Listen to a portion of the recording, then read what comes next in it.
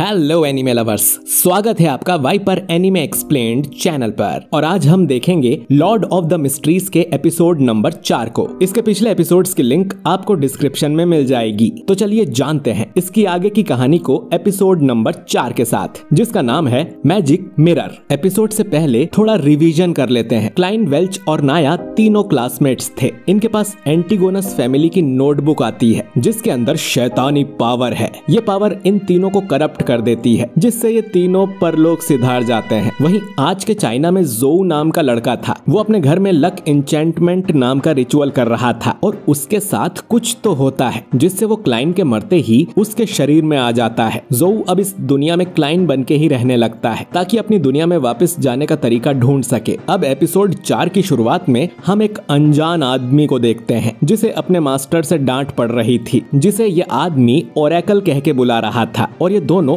Aurora order के members हैं। अभी के लिए समझ लो कि ये बुरे लोगों का ग्रुप है और ये ट्रू क्रिएटर नामक गॉड की पूजा करते हैं। ये आदमी बोलता है कि एंटीगोनस फैमिली की किताब बहुत रहस्यमयी है। वो हमारे हाथों में बस एक नॉर्मल नोटबुक की तरह है, इसीलिए हमने 3 बकरे ढूंढे और उन्हें वो नोटबुक पकड़ा दी ताकि वो उसे इन्वेस्टिगेट कर सकें। और ये 3 बकरे थे क्लाइन, वेल्च और नाया। ओरेकल कहता है कि पर वो तीनों बकरे मारे गए और एंटीगोनस नोटबुक अब नाइट हॉक्स के हाथों लग गई है। तुम जैसे गधों के कारण हमारे मास्टर की वापसी में देरी हो रही है। ओरेकल अब कुछ करता है जिससे ये आदमी अपने ही हाथ की 2 उंगलियां खा जाता है। ये आदमी बोलता है कि एक बकरा क्लाइन अब भी जिंदा है, उसी ने वो नोटबुक नाइट हॉक्स को दी है। उसे जरूर नोटबुक में कुछ मिला होगा। मैं जल्द ही क्लाइन को पकड़कर उससे नोटबुक वापस ले लूंगा। ओरेकल अब इस आदमी को एक आखिरी मौका दे देता है। दूसरी तरफ हम क्लाइन को बैकथॉर्न सिक्योरिटी कंपनी में देखते हैं जहाँ वो ओल्ड नील से मिलने आया था। ओल्ड नील आज उसे रिचुअलिस्टिक मैजिक करना सिखाएगा। छोटे बियॉन्डर्स को रिचुअल करने के लिए कुछ सामान की जरूरत पड़ती है, जैसे कि मोमबत्ती और बाकी सामग्री, जिन्हें पहले से रेडी कर लेना चाहिए। इसके बाद इन्हें प्रेयर या मंत्र बोलने होते हैं। ओल्ड नील अब एक रिचुअल मैजिक करके दिखाने लगता है, लेकिन उससे पहले वो एक वॉल ऑफ स्पिरिचुअलिटी बना लेता है ताकि बाहर से कोई उनके रिचुअल में टांग ना अड़ाए। ओल्ड नील कहता है कि रिचुअल मैजिक में एक बात हमेशा याद रखना, किसी अनजान एंटिटी से कांटेक्ट करने की कोशिश मत करना, वरना तुम अंधकार की तरफ खींचे चले जाओगे जहां तुम्हारी मौत खड़ी होगी। क्लाइन को लगता है कि अपने लक एन्चेंटमेंट रिचुअल के दौरान उसने जरूर किसी एंटिटी से संपर्क कर लिया होगा और उसी कारण से वो इस दुनिया में ट्रांसफर हो गया। ओल्ड नील अब रिचुअल शुरू करता है और एवरनाइट गॉडेस से प्रे करने लगता है और उनसे कहता है कि मुझे 30 पाउंड दे दो ताकि मैं अपना उधार चुका सकूं। ये सुन क्लाइन चौंक जाता है कि ये जादू का इस्तेमाल करके पैसे मांग रहा है। दोनों अब बाहर आ जाते हैं और क्लाइन को समझ नहीं आता कि नील को पैसे कहां से मिलेंगे, जिस पर नील कहता है कि एवरनाइट गॉडेस पर भरोसा रखो। तभी उसे अपने सामने एक वॉलेट पड़ा हुआ मिलता है जिसमें ढेर सारे पैसे थे। क्लाइन सोचता है कि ये किसी और के पैसे रखने वाला है क्या। तभी एक घोड़ा गाड़ी इनके पास आती है और उसमें बैठा आदमी कहता है कि ये मेरा वॉलेट है।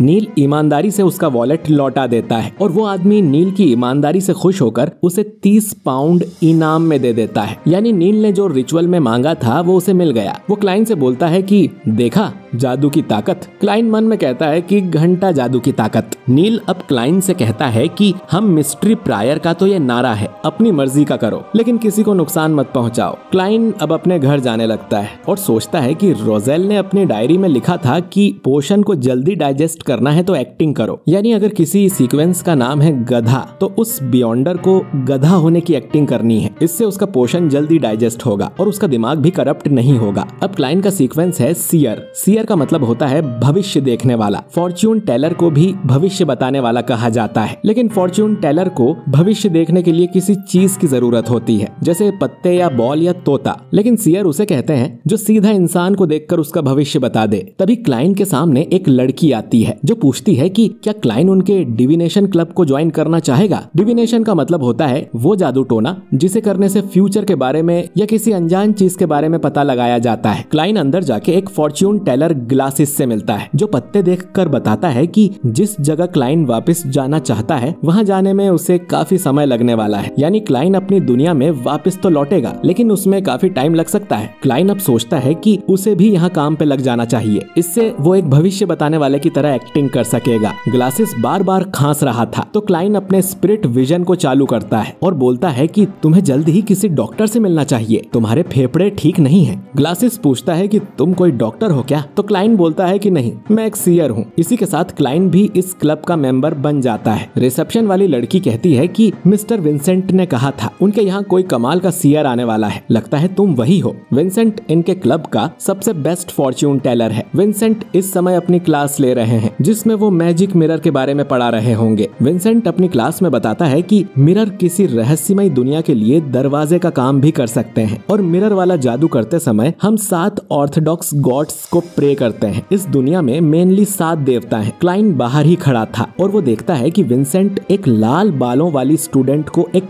बॉक्स दे रहा है। वो लड़की जैसे ही क्लाइन के पास से गुजरती है तो क्लाइन को महसूस होता है कि उस बॉक्स में कुछ तो गड़बड़ है। इस लड़की सेलिना के साथ उसकी एक फ्रेंड भी थी जिसका नाम एलिजाबेथ है। ये क्लाइन को देखकर स्माइल करती है। असल में एलिजाबेथ क्लाइन की बहन की फ्रेंड है। खैर, क्लाइन इसके बाद विंसेंट से मिलता है और विंसेंट फ्री में उसका डिविनेशन करने को कहता है। अब विंसेंट अपने गोले में देखकर बताता है कि उसकी समस्या का हल 2 शब्दों में छुपा है, फैमिली और गैदरिंग। क्लाइन अब यहाँ से जाने लगता है और हम देखते हैं कि विंसेंट की 2 उंगलियां कटी हुई हैं, यानी कि ये वही आदमी है जिसे हमने एपिसोड की शुरुआत में देखा था और क्लाइन का इस क्लब में आना इसी के प्लान का हिस्सा है। क्लाइन अब अपने घर आ जाता है और वो सोचता है कि अब वो सबकी नजरों में एक सीयर बन जाएगा जिससे उसका पोषण जल्दी डाइजेस्ट हो सकेगा। और क्लाइन के हिसाब से वापस अपनी दुनिया में जाने का रास्ता जरूर ग्रे फॉग में छुपा हुआ है, तो उसे ग्रे फॉग की सारी पावर को कंट्रोल करना होगा ताकि वो वापस अपने घर जा सके और उसके लिए उसे और भी बड़ा बियॉन्डर बनना होगा। क्लाइन ये भी सोचता है कि उसे लक इंचेंटमेंट वाली प्रेयर में अपना नाम डाल देना चाहिए, इससे शायद वो ग्रे फॉग को और भी ज्यादा कंट्रोल कर पाए। अब क्लाइन एक प्रेयर बनाता है जो उसके बारे में थी। तभी उसके दरवाजे पर कोई आता है। क्लाइन दरवाजा खोलता है तो ये उसकी बहन मेलिसा थी जिसने एक डॉल बनाई थी और वो क्लाइन को दिखाने आई थी। क्लाइन कहता है कि ये तो बहुत ही अच्छा कछुआ है, तो मेलिसा कहती है कि ये कछुआ नहीं, एक इंसानी डॉल है। क्लाइन वापस अंदर जाने लगता है तो मेलिसा कहती है कि आजकल क्लाइन कुछ ज्यादा ही बिजी रहने लगा है, उसे थोड़ा रिलैक्स भी करना चाहिए। संडे को उसकी फ्रेंड की बर्थडे पार्टी है और उसने पूरी फैमिली को इनवाइट किया है और वो चाहती थी कि क्लाइन भी उसके साथ चले। क्लाइन को विंसेंट के कहे 2 शब्द याद आते हैं, फैमिली, गैदरिंग, और वो मेलिसा के साथ चलने को मान जाता है। खैर, आज मंडे था, यानी क्लाइन को ग्रे फॉग में मीटिंग के लिए जाना था। क्लाइन के साथ यहाँ ऑल्गर और ऑड्री भी आ गए थे। अपने स्पिरिट विजन की वजह से क्लाइन इन दोनों के बारे में और भी बातें देख पा रहा था, जैसे कि ऑल्गर सेलर पाथवे सीक्वेंस 8 का बियॉन्डर है और ऑड्री भी अब स्पेक्टेटर पाथवे सीक्वेंस 9 की बियॉन्डर बन चुकी है। पिछली मीटिंग में ही उसने ये पोशन बनाने की विधि ऑल्गर से खरीदी थी। क्लाइन को इन दोनों के पीछे इनके पाथवे का सिंबल भी नजर आने लगता है और क्लाइन के पीछे भी उसके फूल पाथवे का सिंबल आ जाता है, लेकिन इन्हें सिर्फ क्लाइन ही देख पा रहा था। ऑड्री बोलती है कि मिस्टर फूल, मेरे पास 3 सवाल हैं। पहला, कि वो एक बियॉन्डर बन गई है तो उसे किन चीजों का ख्याल रखना चाहिए। इसका जवाब ऑल्गर देने लगता है कि स्पेक्टेटर का काम होता है दूर से सब पे नजर रखना, उसे पोशन के नाम को समझना होगा। अब क्लाइन बोलता है कि पोशन को समझना नहीं है बल्कि उसे डाइजेस्ट करना है, जिसके लिए उन्हें एक्टिंग करनी होगी। पोशन के नाम सिर्फ दिखावे के लिए नहीं है बल्कि वो उसे डाइजेस्ट करने की असली चाबी है। ये दोनों क्लाइन का शुक्रिया करते हैं उन्हें इतनी बड़ी राज की बात बताने के लिए। ऑड्री अब अपना दूसरा सवाल करती है कि अगर कोई जानवर सीक्वेंस 9 का पोशन पी ले तो क्या होता है। जो सुन ये दोनों समझ जाते हैं कि ऑड्री ने कुछ तो गड़बड़ की है। ऑड्री जब अपना पोशन बना रही थी तो उसे उसकी डॉग सूजी ने पी लिया था। ऑल्गर कहता है कि जब कोई पोशन पीता है तब या तो वो मर जाता है या मॉन्स्टर बन जाता है। अगर ये दोनों चीजें नहीं होती तो इसका मतलब है कि ऑड्री का डॉग भी अब एक बियॉन्डर बन गया है। अब ऑड्री अपना तीसरा सवाल करती है कि उसके लियोन राज्य में थोड़ी गड़बड़ चल रही है क्योंकि मिनिस्टर की कुर्सी पे अनपढ़ गवार लोग बैठे हुए हैं और वो चाहती है कि उनकी जगह काबिल लोग आए, लेकिन इतने लोग मिलेंगे कहाँ। अब क्लाइन कहता है कि ये तो बहुत आसान है, तुम अपने राज्य में यूपीएससी का एग्जाम करवा दो जिसमें आम पब्लिक के लोग भी हिस्सा ले सकें। जो लोग पास होंगे वो ही राज्य को संभालने के लायक हैं। इस तरह उन्हें सरकार चलाने के लिए काबिल लोग मिल जाएंगे और इस प्रोसेस को तुम हायर एग्जाम नाम दे सकते हो। अब ये सुन दोनों समझते हैं कि क्लाइन तो कोई महान आदमी है जो करोड़ों सालों से जिंदा है और उसने सारी दुनिया देखी है, इसीलिए वो इतना अच्छा उपाय बता पाया, जबकि क्लाइन ने तो अपनी दुनिया में होने वाले गवर्नमेंट एग्जाम्स को इन्हें बता दिया बस। क्लाइन अब कहता है कि मेरे पास तुम दोनों के लिए कुछ काम है। पहला, कि तुम्हें रोजेल की डायरी के बारे में पता करना है। ऑल्गर सोचता है कि इसे रोजेल की डायरी के बारे में कैसे पता, मतलब ये उसे पढ़ सकता है। क्लाइन अब दूसरा टास्क देता है कि इन्हें संडे को एक रिचुअलिस्टिक मैजिक करना है, लेकिन गॉड की जगह उन्हें क्लाइन को प्रे करना है। अगर उनकी प्रेयर क्लाइन तक पहुंचती है तो वो डायरेक्ट ऐसे भी बात कर पाएंगे और क्लाइन इन्हें वही मंत्र बताता है जो उसने अपने लिए लिखे थे, जिसे सुन दोनों सोचते हैं कि मिस्टर फूल तो 7 गॉड्स की तरह कोई पावरफुल एंटिटी है, यानी कि मिस्टर फूल जरूर कोई एंशिएंट गॉड है। क्लाइन कहता है कि आज की मीटिंग यहीं खत्म करते हैं और सब लोग अपनी अपनी जगह वापस पहुंच जाते हैं। क्लाइन अब सोचता है कि उसे मेलिसा और बेंसन के सामने भी एक्टिंग करनी चाहिए कि वो एक सीयर है। खैर, वो उनके साथ कुछ टाइम स्पेंड करता है। ये लोग मेलिसा को एक नया ड्रेस भी दिलवाते हैं और संडे को तीनों सेलिना की बर्थडे पार्टी में पहुंच जाते हैं और क्लाइन देखता है कि ये तो वही लाल बालों वाली लड़की है और यहाँ एलिजाबेथ भी थी। तभी क्लाइन को प्रेयर सुनाई देती है जो कि ऑल्गर कर रहा था। इसके बाद ये अंदर पार्टी में जाते हैं। एलिजाबेथ क्लाइन के पास आकर उससे पूछती है कि तुम्हारी बहन को पता है कि तुम एक सीयर हो? चिंता मत करो, मैं उसे नहीं बताऊंगी। तभी मेलिसा क्लाइन के पास आती है और बोलती है कि मैं जानती हूँ तुम दोनों भाइयों की शादी लायक उम्र हो गई है, पर एलिजाबेथ सिर्फ 16 साल की है। क्लाइन बोलता है कि उसे गलतफहमी हुई है। अब रात को सेलिना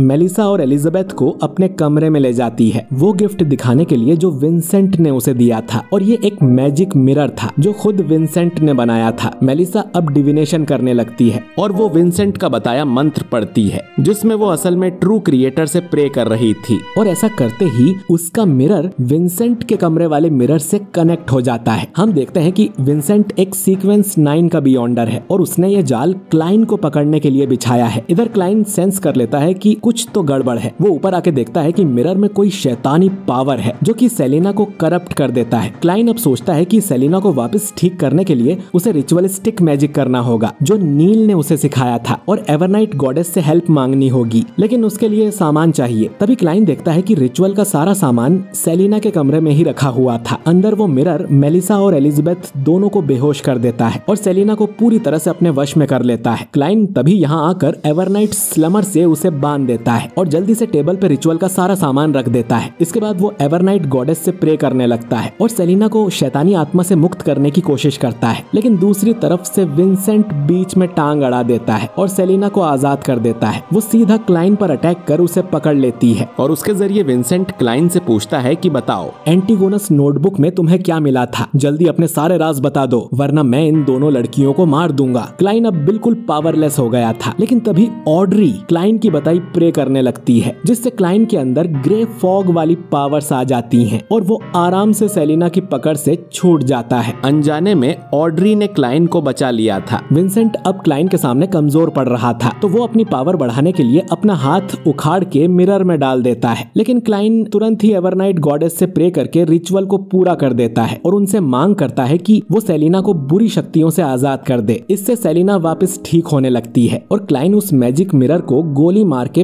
फोड़ देता है जिससे उसका पूरा असर खत्म हो जाता है। क्लाइन चेक करता है कि मेलिसा ठीक थी और वो फैसला करता है कि उसे अपनी बियॉन्डर वाली बात मेलिसा और बेंसन से छुपा के ही रखनी चाहिए क्योंकि वो अपनी फैमिली को खतरे में नहीं डालना चाहता। इधर विंसेंट का प्लान फेल हो गया था, तो उससे वही ओरेकल मिस्टर जी मिलने आता है और विंसेंट को खत्म कर देता है। अब क्लाइन डन को जाके ये सब बताता है कि वो मैजिक मिरर विंसेंट ने सेलिना को दिया था और जरूर वो भी किसी इविल ऑर्डर के लिए काम करता है। ये दोनों उसके घर जाते हैं तो इन्हें उसकी बॉडी मिलती है और मिरर के टुकड़ों पर क्लाइन ट्रू क्रिएटर नाम भी पढ़ लेता है। डन अब विंसेंट के सपने में झांकने की कोशिश करता है और वो एक अजीब सी जगह पहुंच जाता है जहां वो उस इविल गॉड ट्रू क्रिएटर की छवि को देखता है जिसे देख डन के होश उड़ जाते हैं। अगली सुबह हम लियोन किंगडम की राजधानी बैकलुंड को देखते हैं जिसके एक आलीशान महल में ऑड्री रहती है। ऑड्री की फैमिली इस पूरे राज्य के सबसे अमीर राजघरानों में से एक है। वो चाहकर भी एक ड्रेस को दोबारा नहीं पहन सकती और उसके हर काम के लिए नौकर चाकर लगे हुए हैं। आज एक फंक्शन था जिसके लिए ऑड्री तैयार हो जाती है और अपनी डॉग सूजी को खुशी में घुमाने लगती है। तभी उसे आवाज आती है कि चक्कर आ रहे हैं, पर यहाँ पर तो कोई नहीं था। मतलब ऑड्री अपनी डॉग सूजी की बात समझ पा रही थी। शायद ये उसकी बियॉन्डर वाली पावर की वजह से हो रहा था और ये एपिसोड यहीं पर एंड हो जाता है। तो दोस्तों इस एपिसोड में भी बहुत कुछ भरा हुआ था और अब ये ट्रू क्रिएटर कौन है इसकी मिस्ट्री भी जुड़ गई है। इस शो में ढेर सारे राज हैं जो धीरे धीरे करके खुलेंगे। आपको ये एपिसोड कैसा लगा? अगर आप चाहते हैं कि मैं अगला एपिसोड भी एक्सप्लेन करूं तो कमेंट करिए द डॉग। वीडियो अच्छा लगा हो तो इसे लाइक और शेयर कीजिए और अगर आप हमारे चैनल वाइपर एनीमे एक्सप्लेन्ड पर नए हैं तो हमारे चैनल को सब्सक्राइब करके बेल आइकन जरूर दबाइए। मैं मिलता हूँ आपसे बहुत ही जल्द अगले वीडियो के साथ। शुक्रिया।